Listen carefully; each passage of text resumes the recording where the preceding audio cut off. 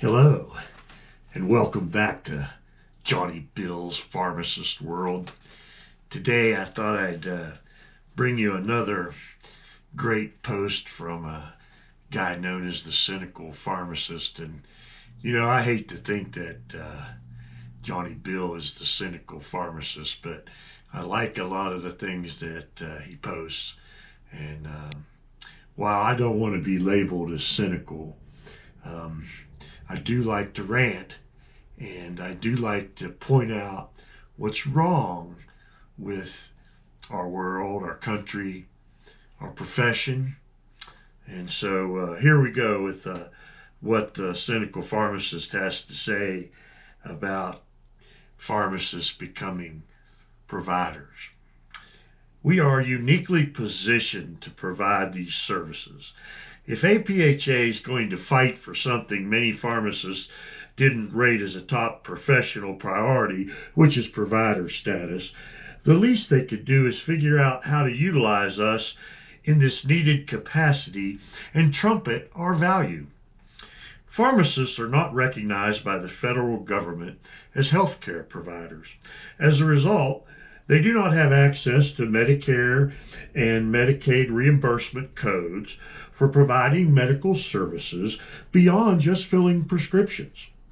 This means they cannot be paid by the government or the insurance companies for patient care services that they've been trained to provide.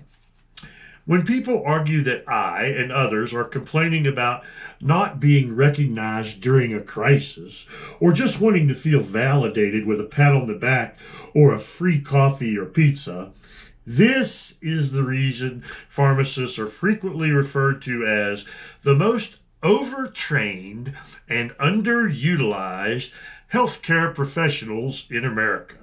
Everyone forgets about the services we can provide and the risks we take as people come to see us first to complain about their symptoms. Then, everyone wants to add more to our plate without equal compensation or the ability to bill those emergency services we are providing, or even recognizing that we exist. We have done more than our fair share to earn respect, and so I do not believe it is out of the question to demand the respect that we deserve. Will I administer these tests where available? Certainly. But please hold me in the same regard as those other healthcare workers. Better yet, it's time you rethink what we can and do for you. And the hashtags are respect, hashtag always here for you, hashtag most accessible profession. So while I say bravo to the cynical pharmacist, I'd like to just kind of calm down and compassionately say that we are, as pharmacists, America's most trusted profession. There's a reason for that.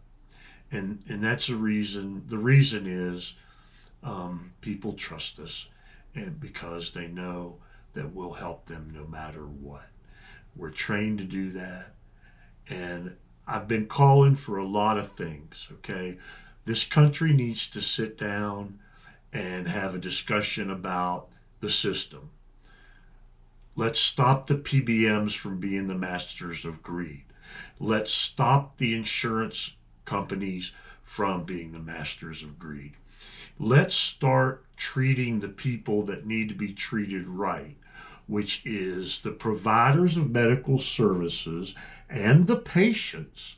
We need to start giving them their fair share in the system. What has been very greedily absorbed by the insurance plans, the PBMs, the pharmacy benefit managers, the pharmaceutical manufacturers, and let's not forget the pharmacy wholesalers.